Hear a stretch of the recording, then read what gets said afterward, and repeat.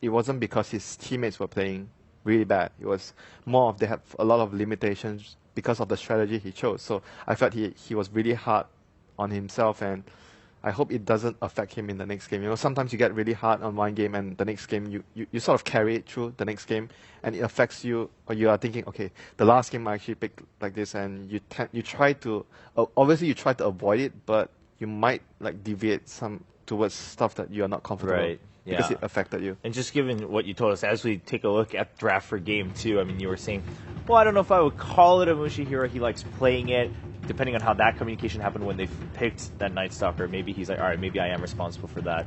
We just need to change things up in game 2. Draft a little bit underway here for game 2 between LGD and Fnatic. It's the same draft except opposite sides. Opposite sides, yeah, you're right. Which means it favors Fnatic, right? I guess so.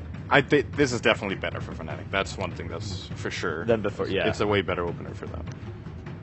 They need to bring their A game and their A draft here because this game is super important for them. If they don't win this, they don't even have a chance at top 4. No.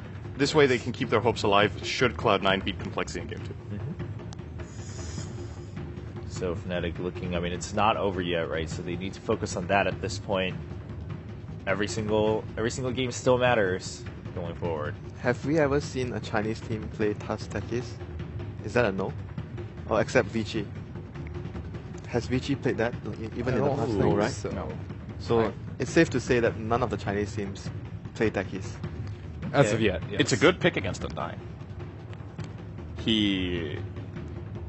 He's very prone to walking into mines during the laning stage because he's such an aggressive melee support. And in addition to that, you can destroy the tombstone with landmines, which is really good. So, I mean, it's kind of a cute counter pick. It's not like a direct counter, but if they wanted to, I think they would get it. Because I'm not expecting Fnatic to ban it, and as we saw at ESL 1 earlier this year, or when was that, a month ago? Yeah, roughly? like a month and a half. About a month ago, yeah. Fnatic did not deal well with the techies of That Secret is in that game. true, They got yeah. destroyed. And if you're down and you start losing the mind game, you lose the game. That's the mind game. Yeah, I was thinking that was... LGD looks pretty darn relaxed, though. MMI just chilling back in his chair. Yeah. Siler just, having his normal thing. So they look very, very much in tune with this game. In the zone. As they should be. I mean, again, they're pretty much secured for that first spot, barring any upsets, and of course, Secret going forward, and then IG versus Fnatic lineup, that kind of matters. But I think they should feel pretty comfortable, and from what you guys are saying, I mean, if they're feeling that comfortable, they might try the techies here, especially seeing as how that's been picked quite often already in TI5. I like the direction they are going right now. CM, like I mentioned before, CM is an indirect buff towards all your lanes, and we've discussed about how Fnatic needs to have a good start, have good lanes, and CM Aura definitely helps the whole team in that regard. classic LGD. Yeah, it's gonna be TUS Lina once more for them, more or less, in the off lane. Are they seriously taking 4 of the 5 heroes that LGD had last game? Maybe. LGD didn't have CM, right? No, there wasn't a CM, right? What? There was a CM. Xiaowei was CM. Oh yeah, so it's exactly the same. Exactly. It is And exactly even, the same even the so far. picking order is the same. The Storm was the 4th pick, and the CM was the 3rd pick. I'm not That sure. is generally not a good sign. I'm not sure about the Undying and the Gyro. They could have swapped the... I mean, yeah, but I mean, it was the same phase, right? So Yeah, it didn't really so- matter. So what's the pick missing? Razor. no, was that it? was no, Razor. for, Razor. for Fnatic. What were It's they missing? Thank you. yeah, Yao was playing Sam. yeah. They banned it. That's pretty great. LGD is like, man. hold on. We've seen this somewhere before. That's amazing. That is pretty great. I can't believe they just did That's pretty great. I want. Well, that Fnatic is doesn't so seem good. too thrown off by it. Going with. I like the Nature's Prophet a lot, though. It's somewhat of the same tune as Crystal Maiden, that you can buff up all 3 of your lanes by being anywhere at once and taking down towers really quickly, which I think is really good in combination with Undying and against the anti-mage. So, yes, it has a lot of components of LGD's draft, but I think Nature's Prophet is even a stronger twist with Fnatic's flavor in it. Yeah, I would agree. I think Prophet would... It's the same as Darkseer. Prophet is the same as Darkseer. If you're dealing with 2 heroes, like only one support in the lane, he's usually very strong because you can send the summons towards the support, and it's very annoying. Like, most of the supports cannot deal with the Treants hitting at you, and that would give the Prophet a very good time. You know, you can just run up and take last hits and experience whatnot. So, and again, he's going to be able to help the other lane. So that would be really useful when Mushi is trying to gank with the Storm. And another thing that's really powerful about this is they're able to take towers because they have the choice to tank it. And Undying Prophet together is actually really, really good in the off lane, I think. It's a very strong dual lane. Prophet has a good attack animation, good damage. Undying with him together, you put down the Tombstone, you have the Treants. You can actually dive towers with pretty little risk compared to a lot of other heroes would have.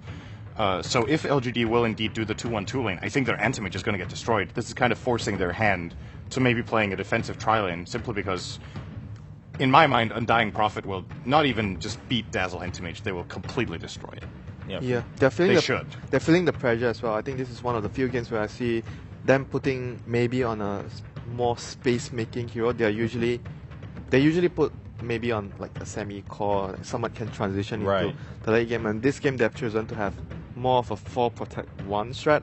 I have to say, they might be worried because the lanes, they are not expecting the lanes to go too well, since Fnatic have much stronger lanes this time around. Undying and Prophet, like Sin mentioned, could be a threat towards the anti-mage. Early development in the lane, and you might need more heroes to make space later on, because anti-mage is not guaranteed a good time. Okay, so, I mean, overall, sure, joking about, okay, they're kind of copying LG's lineup, but they didn't seem too thrown off either by just picking the Nature's Prophets after the Sand King ban, so it didn't seem like they were really set on taking that whole lineup. Game 2 is starting. We'll find out, can Fnatic secure 1 point to keep that hope alive of fighting for 4th place in Group A, now going up against LGD.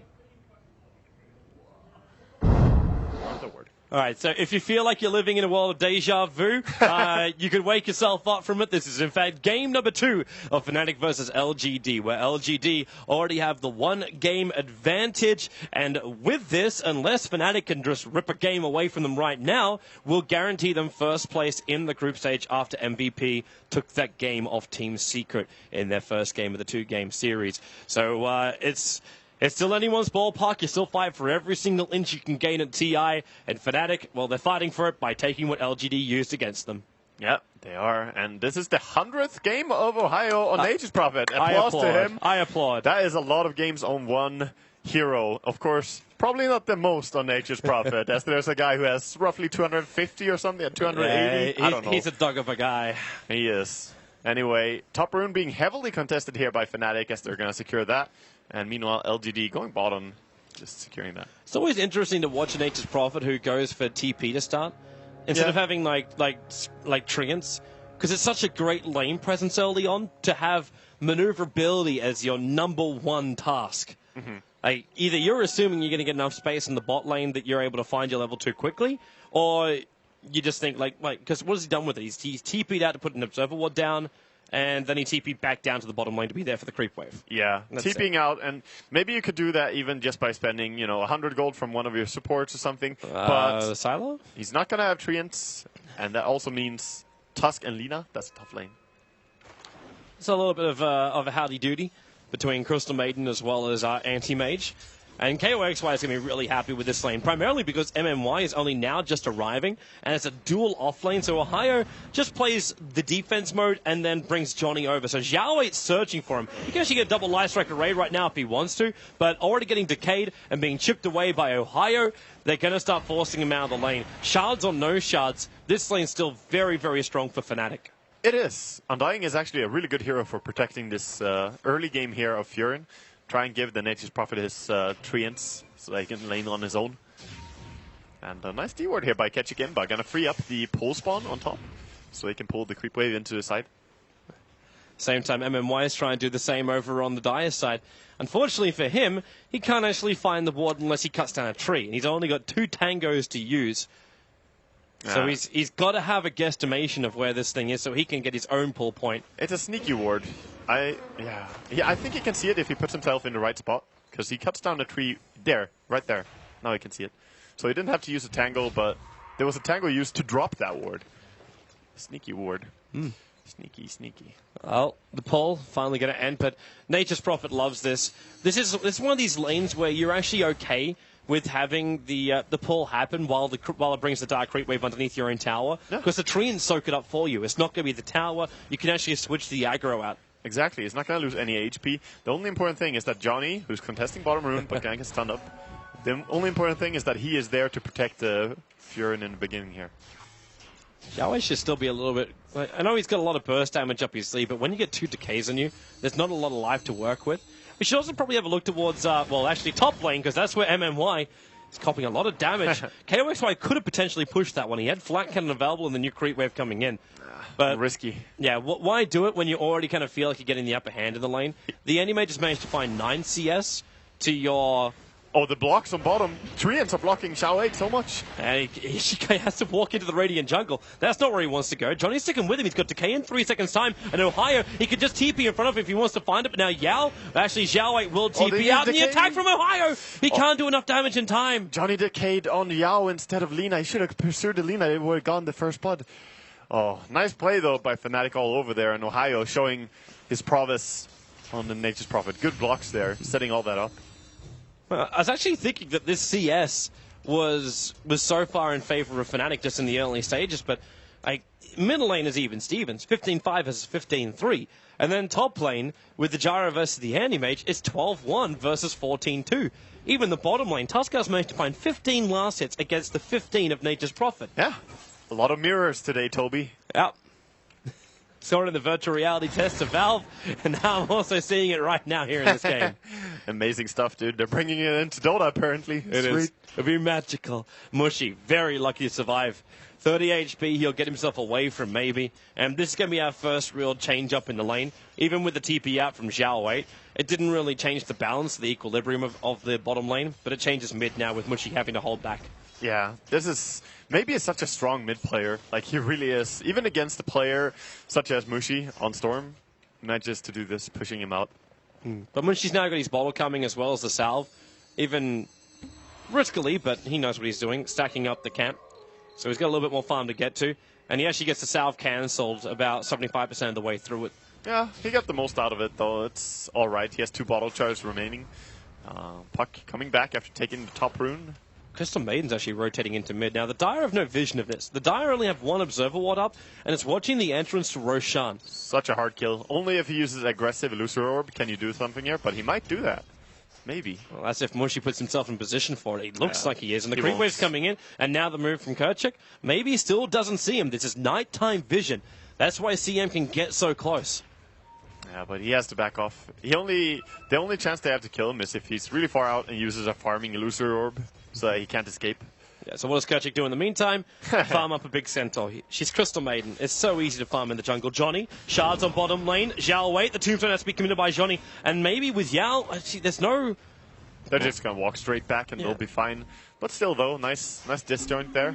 I'm actually liking the way this works. Middle lane, Mushy, low on life. That was your AWP, and in fact, snowball in. Mushy's got to jump away, and he is away from Yao, but not far enough. The Tuskar shards will do the work. Ohio comes into this mid lane too. There's still phase shift available, and Crystal Maiden on the run out of here. The Sprout controlling Yao, but he'll cut his way through. Maybe dodging with phase shift. 2 attacks from the tower, keeping himself up enough that he can jump in, taking out the Crystal Maiden. And LGD once again.